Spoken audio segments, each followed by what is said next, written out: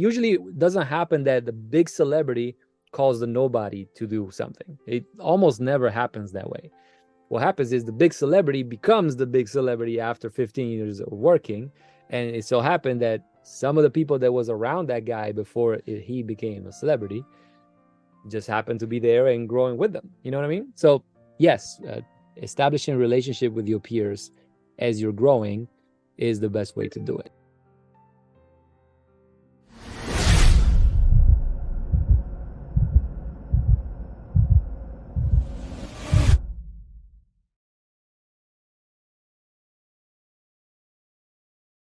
Well, welcome to the show today. Today I have Irko. He is an award-winning multi-platinum, I think multi-Grammy audio engineer that you've worked on people, just people like Kanye, Jay-Z, Pitbull, Snoop Dogg, I think Timbaland, and many, many more. And what I think is, as I was doing research and learning more about you, Irko, I thought one of the coolest things that people called you as a producer's best friend. Yeah, that's right. And I think very accurate. That describes what I think every audio engineer is hoping to achieve as you're working with artists or producers is just trying to bring the best out of them. So welcome to the podcast today. Thank you very much. Thank you for having me. And you're in LA at your studio now, right? Mm-hmm. Yeah.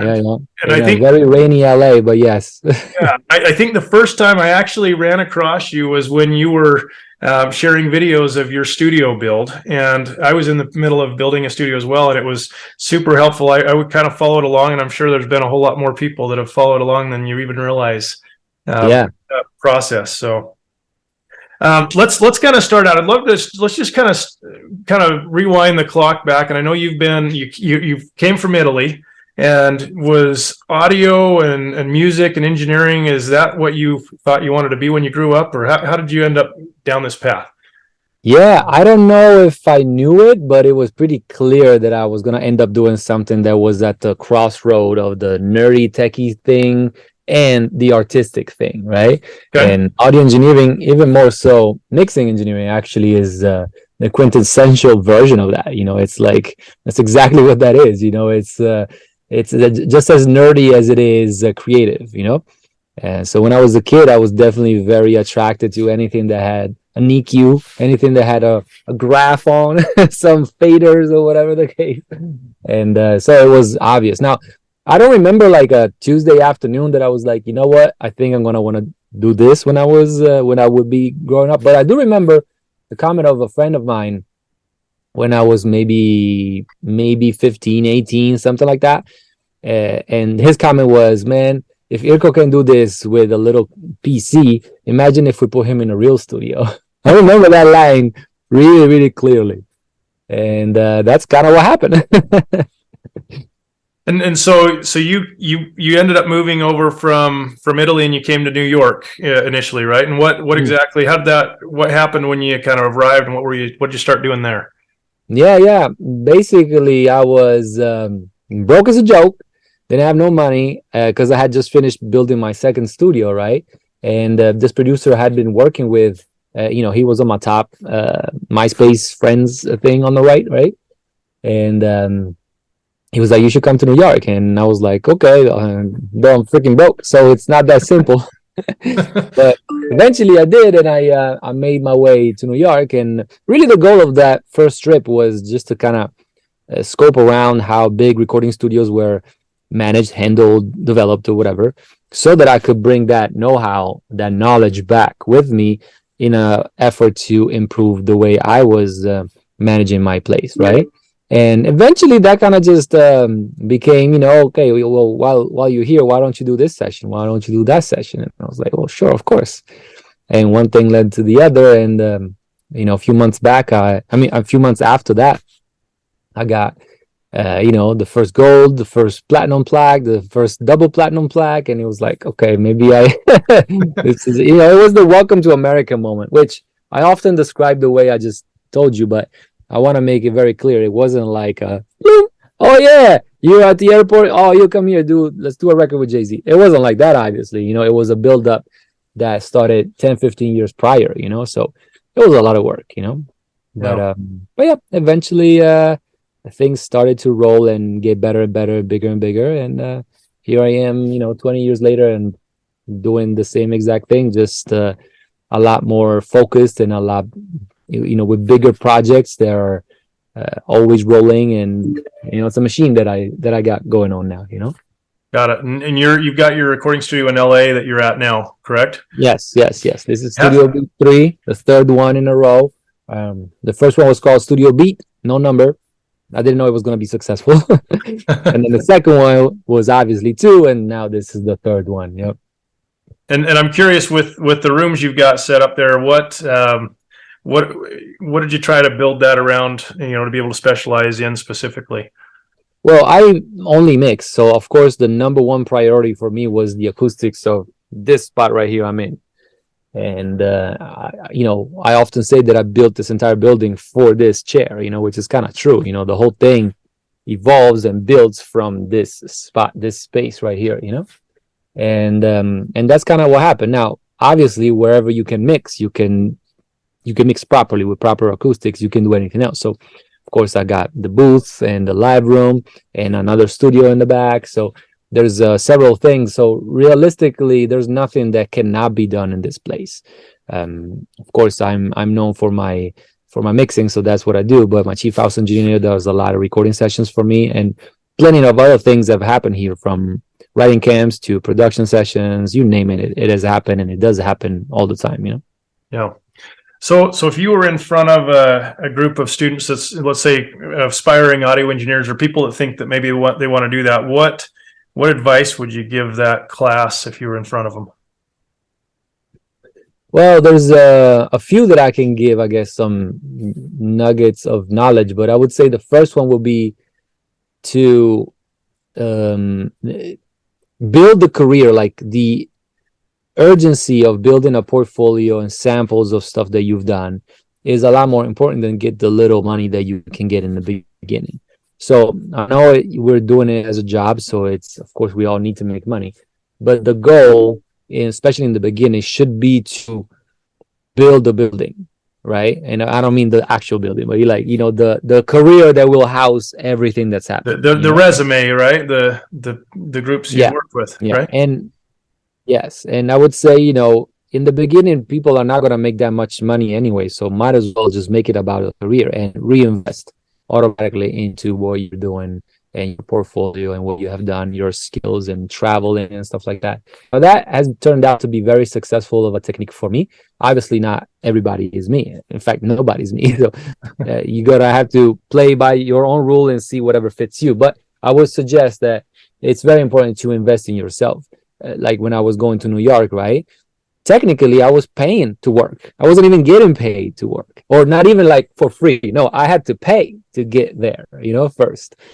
So if you can see how absurd that statement is, imagine how, what would have happened if I didn't do that, So it's a full investment in my in the vision of my future as a business owner, as an engineer, as a personality in audio engineering, So I would say that invest completely in yourself and make sure that you do so at length, because it'll come back eventually, So that will be one thing. Another thing will be to just be patient, because these things take years and years, and sometimes it's not a couple, it's a decade, that you got to put into your craft and career and everything in order to get to the point where you can be a very successful entity in the music industry. It takes a while, but just love it, and you got to make sure that you're absolutely loving what you're doing, to the point that you would be okay to do it for free for many, many years. Yeah. Wait, as you look back on the many years now that you've got into this world, I mean, are there mistakes that you've seen made along the way that some people have made, or is there personality traits that they need to be aware of, to try and have or not have? What mistakes would you say are fairly common when somebody's newer in the industry? The biggest mistake, I would say, and this goes for any business really, is to have it being the mistake and not instead a lesson. So if it happens with one client that this hiccup or this whoopsie happened, right? Well, let's not have that be a mistake. Let's have that be a lesson, and so that whoopsie will never happen again. And I was, this has happened to me over almost 3 decades now.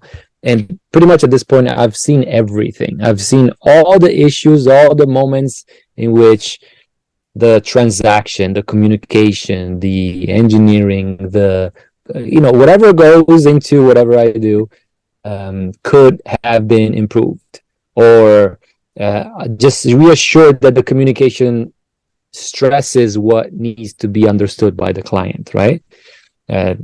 Clients don't mix records. I do. So I need to make sure that even if they've never done it, they don't even really understand what it is, that I make it understood so that they understand what we're doing here, and that communication is huge. So I would say if it just qualify and we live it as a mistake, then it's like, okay, well, we haven't learned anything. So I would say, if this happened and this situation turned out to be bad news for anyone involved, including the business owner, this should be addressed and revisited and changed so the next that doesn't happen, and that could be anything from money handling, booking, file management, you name it. There's so many things, Right. That's great advice. One other thing is I've I'm an artist, but I've also tried to learn the technology side and be able to do, muddle through recording still and doing some of the audio engineering. What advice would you have for that newer person coming in? 20 years ago, there wasn't a lot of options. It seems like today there's, 100 different options of, which sound software you're going to use, what equipment you're going to use, what microphones. What advice would you have for that newer person trying to get into the music business or get into the audio engineering? Consistency usually turns out to be the best way to go about doing things. So whatever choice of your DAW will be at the moment, if you're more of a producer, most likely you will gravitate around Logic, for example. If you're more of a recording guy, you might be looking into Pro Tools. It doesn't really matter. I'm a Pro Tools guy, and that's what's been in front of me right now, and it has been for 25 years, right? So to me, that has been my choice way back then, and I just stuck with it and kept with it. So I know that's my tool, and I know it in and out, and there's no secrets for me with this platform. So it doesn't have to be my platform, but whatever platform you do choose and decide to use, just stick with it, know it in and out. I've seen so many producers and artists and engineers, I'm on this DAW, and then like a year later, now I'm on a different one. A year later, now I'm on a different one. So your knowledge of these surfaces become very fractured, and you don't really get that deep into any of these. So you just kind of know a little bit of all of them, but you got to become a sensei at one and just keep with it, And I would say it's the same thing with a lot of other gear, although the gear is always secondary to the ear, according to me, but still you do need the tools. The tools are very important. Yeah.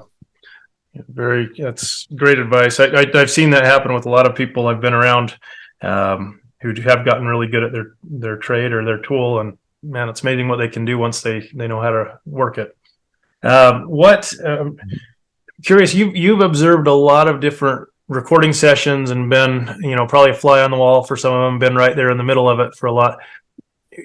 As you think back on some of these fun stories that maybe have happened in the studio, is there any that come to mind, behind the scenes things that you learned from that might be helpful for somebody to learn from what you observed? Yeah, I would say, like being a fan of the talent that you're working with is good to a degree, but when you're in the studio with the talent or the celebrity, you cannot be a fan in that seat. You need to be an accessory of what the train of thought or the task at hand is. And you can't be caught doing the little selfie with a celebrity next to you just because you like them, can't be a fanboy. You can't fan out like that, so that's an example. I've seen people getting fired because of those things, Really? Okay. And rightfully so. I think, it shouldn't be that way, so So that's a piece of advice, you know. And also I would say, again, this changes from person to person, but I keep my personal life very separate from my business life. You know, what I do for a living is what I do for a living, and what I do at home is what I do at home, you know. So I try to keep it a little bit separate in that sense, because you know, two different parts of the brain that occupy the same real estate, but they are two different things, you know. So that's another piece of advice that I would give, that has worked for me. That's just my 2 cents. What do I know? Awesome. One of the things is I've been around sessions, I've watched different audio engineers or different producers in situations where they're trying to get the best out of the artist, and I'm curious if you have any situation that comes to mind where you've watched. Maybe it's you that's been able to do that, or maybe there's been other people you've observed that just have a knack for bringing the best out of the talent and helping take them to another notch. And any thoughts you have on, you know, if somebody who's a musician, you know, should know to help make that happen? Yeah. That's also a very delicate line that a studio professional needs to be able to walk. Because it's very, you know, it's a thin line, because 1 inch to the left, you're getting fired because the artist gets offended, right? 1 inch to the right, you're playing too safe, you're redoing the same song that has been recorded last year. So the communication aspect of these things is very, very important, so crucial, you know. And so yeah, I guess you know, that's why you have so little very established vocal producers, for example, especially working with celebrities and things. It's difficult. It's very difficult. But you know, once you learn who is in front of you, and if you practice and you get up to a place where it's easy for you to assess the situation, how much this talent is allowing you to steer the ship, and how much is not. And by the way, the same goes with mixing. It's the same thing. Some producers want me to do all kinds of backflips. Some producers is like, no, I just want a little trim, a tiny little trim, you know. So you gotta walk it and understand which one is in front of you. Got it. And then, as an engineer, I mean, when you're pushing that envelope, is there any specific story in general that comes to mind where, you know, maybe when you didn't push hard enough or you pushed too far that you can share? Yeah, I've been in situations where, you know, talking about mixing. So of course it's a lot more delicate of a situation when you are in front of somebody recording, right? Especially a celebrity. But like mixing a record, and it's clear as day to me that the bass is not in the same key of the rest of the music. So that's when the phone call starts. Now, what's the reaction after that phone call? That could be, you know, interpreted in different ways, you know. All the way down to maybe that, like, the note is not wrong, but it's like at 15 hertz. So it's like nobody will ever hear that. So breaking down and explaining to the producer that, you know, I'm the first one to love super deep bass, but then it gets to the point where it's no longer bass, it's just vibration. So explaining that. And sometimes, you know, the results are, yeah, go for it, fix it, let's do whatever is best for the song. And sometimes it's like, no, that's how it is. That's how we're going to keep it. And then, you know, there's a point at which I have to, well, I always respect the artistic vision of the producers and the artist. But then there's some piece of information that I would be able to bring to the table into their knowledge. It's their choice to acknowledge them or ignore them. Can't force them, you know. So that has happened for sure, though. For sure. The bass is just one of the stories that come to mind real quick, but you know. Awesome.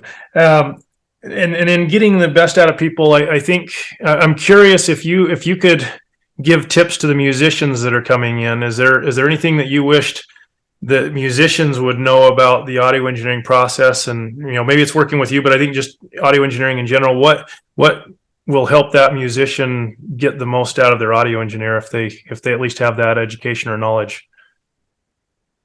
Personally, the ideal scenarios are for me to mix a record are the two opposites. It's either the client wants exactly this, and this could be many things. It could be, I want to match the sonics of this record because I want to be played in an ideal DJ set after them, right? That's one example. Or I want it just like the rough mix, just better, which is always a lie. But so people are very, very married to the landscape of the sonics that they want in the end. Or the others, which is basically the exact opposite, where it's like, do whatever you want. I don't know nothing. You take the decisions. You make it however you feel like it's the right way to do it. And the two are diametrically opposite. They're exactly the opposite, right? And I like both though, because when I have full freedom to dictate the sonics of the record, then I can just take it, make the decision, and run with it, right? And I'm responsible for it. Totally fine. When it's the opposite, where I have constrictions and restrictions, and I need to adhere to this vision that they have, I'm more executing their vision. Well, I'm still using all my tools and everything, but I gotta respect their vision. So two very different opposite sides of things, but I'm happy either way. And there's sometimes like the gray in between, of course. And also there's those, and that I should give out too as another nugget, which is when they claim they're one or the other, but then they're not. So you got to watch out for that too. You got to read between the lines, not only just go off of what the client is saying, Gotcha. No, that's great advice on there. And I think one of the questions you probably get fairly often is when it comes to relationship building. And I mean, you've had a lot of, I would call it big steps. A lot of people will be like, oh, I want to be able to do stuff like Irko, or, how does one go about getting to level up because I think rewind 10 years ago or 20 years ago, and you probably you said you were poor and you had no relationships. How does that happen, and what does one need to be, keeping their eye out for? Yeah. Usually what happens is, just like the grass grows together, same thing goes with professionals. So the peer that's at, the guy that's right next to you in school, or the girl that was the first tracking session that you've ever done or produced, whatever, those guys are going to grow together with you, and hopefully their career will blossom and grow just as much as yours.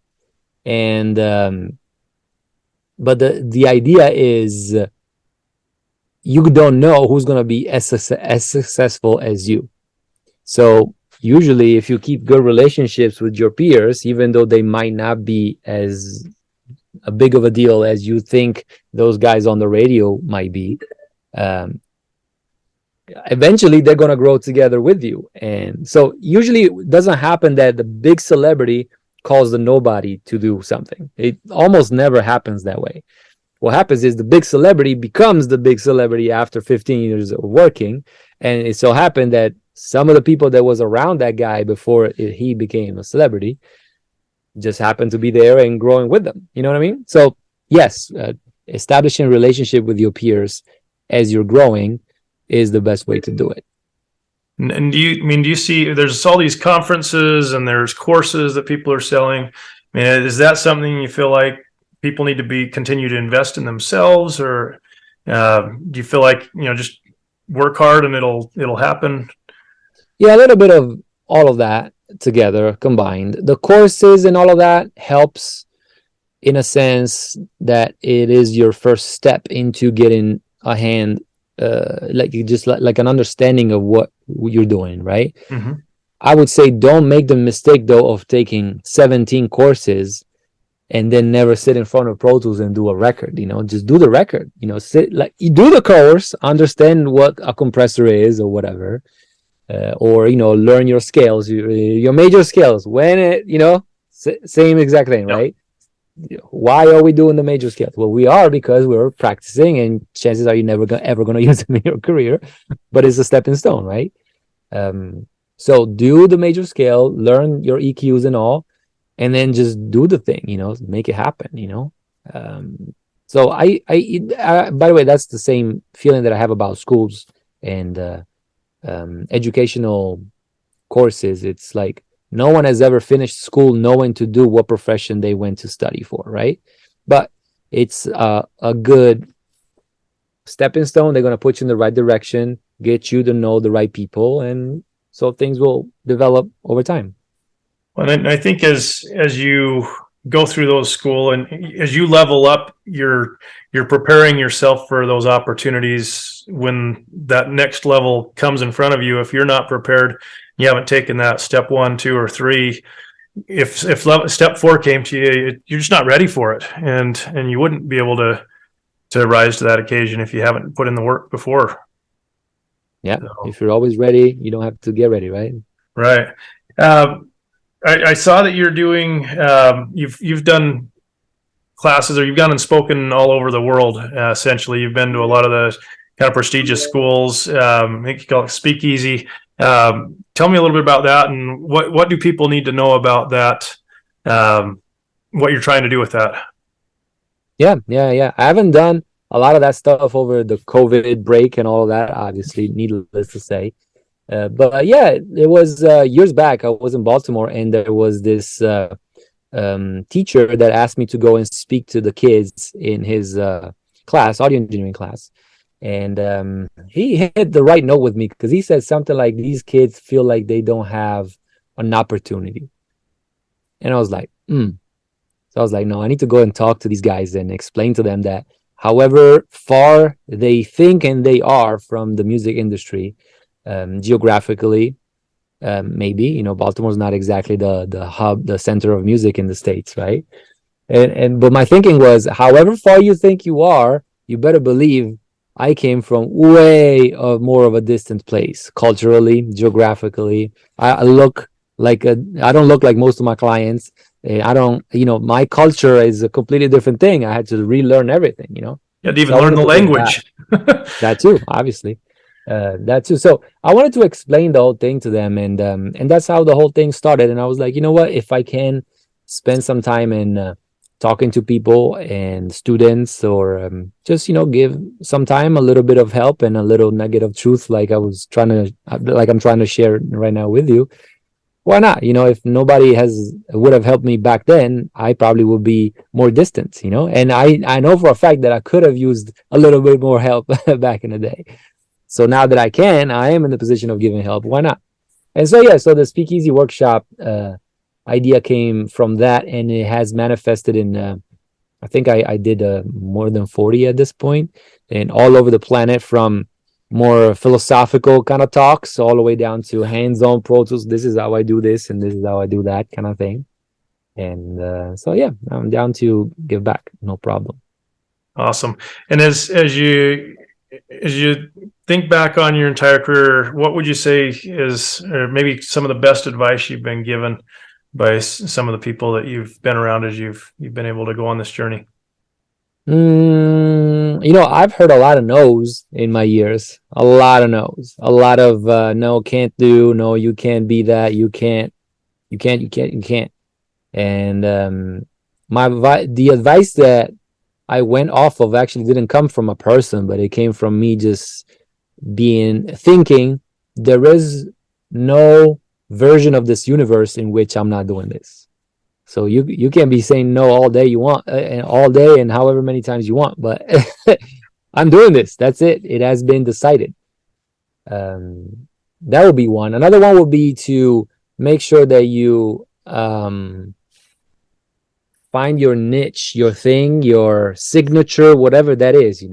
For me, obviously, it's my bow ties, my weird cars that I drive, and I'm a character a little bit. I'm selling my Italianism 100%, but that's because it's me.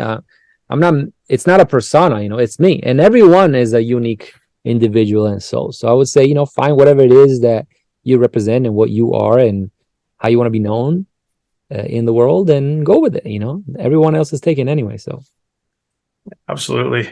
Well, and I got to say, that's one of the things that's impressed me most is, from a branding standpoint, I feel like you've done a phenomenal job of being a character, as you call it, and yet you've become this likable character that I think people would want to work with. And I mean, who's not going to want to work with somebody wearing a bow tie that's going to make them sound awesome, right? But I think that's another great lesson that you've just shown, as well as pay attention to the successful people around you do, and model those behaviors. And it doesn't mean you have to wear bow ties like Irko to be successful, but again, find that signature thing that, you know, I've had it described. Chuck Myers is one of my really close friends that has done a lot of orchestration for video games. He just did the Hogwarts Legacy soundtrack, but when I've been in studio with him, he talked about building these mixes as you're like a cook in the kitchen, and you're cooking this thing, and you know you've got the chicken to work with, but you need to put a little bit of this spice and a little bit of that spice, and if you put too much pepper in, you know, a little bit too much of something can ruin it. But I think as I've observed people that have been successful, they've taken the good ingredients that they've observed around them and really, you know, created that final product that's awesome, and that people want to taste and be part of and be around. So awesome. Well, Irko, thank you so much for so many. I mean, we've dropped so many value bombs. I hope I really appreciate you taking time to share with others.